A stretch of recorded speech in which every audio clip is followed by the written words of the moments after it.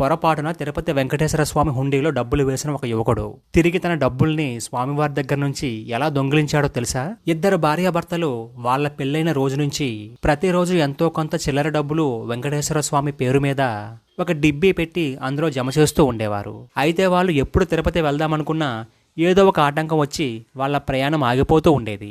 ఈ విధంగా 10 ఏళ్లు గడిచిపోయాయి. ఈ 10 ఏళ్లలో స్వామివారి కోసం జమ చేసిన డబ్బులు 72,000 రూపాయలకు చేరుకున్నాయి. అయితే ఒకరోజు అనుకోకుండా వారి బంధువులతో పాటు వీరు కూడా స్వామివారి దర్శనానికి డబ్బుతో బయలుదేరారు.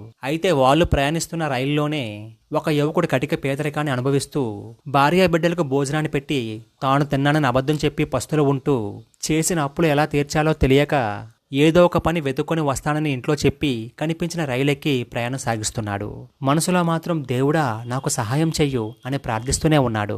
కొన్ని గంటల తరువాత రైలు తిరుపతి చేరుకుంది. అందరితో పాటు యువకుడు దిగాలుగా నడుస్తూ ఉంటే ఎవరో ఒక ముసలివాడ యువకుని ఆపి, నీ అప్పుల బాధలు తీరిపోవాలంటే 64 కళల్లో ఒకటైన చోరకళను ఉపయోగించు అని చెబుతాడు.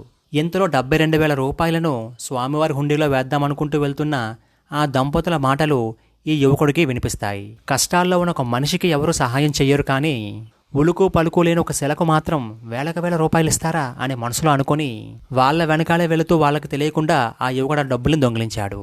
కొంతసేపటికి డబ్బు దొంగిలించబడిందని తెలుసుకున్న దంపతులు 10 ఏళ్ల పాటు స్వామివారి కోసం కూడబెట్టిన సొమ్ము ఆ స్వామికి ఇవ్వకుండానే పోగొట్టుకున్నామనే బాధతో దర్శనానికి కూడా వెళ్లకుండా బయటే కూర్చొని ఉంటారు. అప్పుడే ఒక చిన్న పిల్లవాడు అటువైపుగా వచ్చి, స్వామివారి ముడుపులు పోయాయని బాధపడకండి, ఆ ముడుపుల్ని స్వామివారికి సమర్పించకుండానే ఈ కొండపైన మాయమయ్యిందంటే దాని అర్థం ఆ స్వామి తన సొమ్ముని తీసుకున్నాడని. కాబట్టి దిగులు పడకుండా వెళ్లి స్వామివారి దర్శనాన్ని చేసుకోండి అని చెప్తాడు.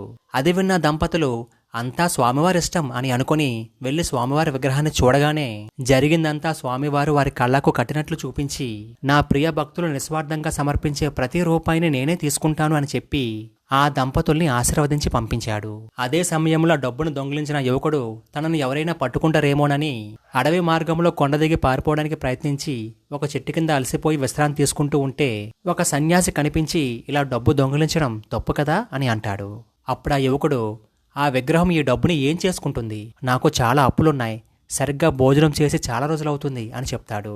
అప్పుడు ఆ సన్యాసి భక్తులు సమర్పించిన సొమ్ముని ఆ స్వామివారు తిరిగి భక్తుల కోసమే ఖర్చు చేయిస్తాడు.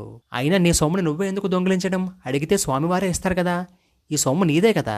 పూర్వ జన్మలో నువ్వు స్వామివారి హుండీలో అనుకోకుండా నువ్వు ఒక 7 రూపాయల డబ్బుని పొరపాటున హుండీలో జారవిడిచి ఎంతో దుఃఖించావు.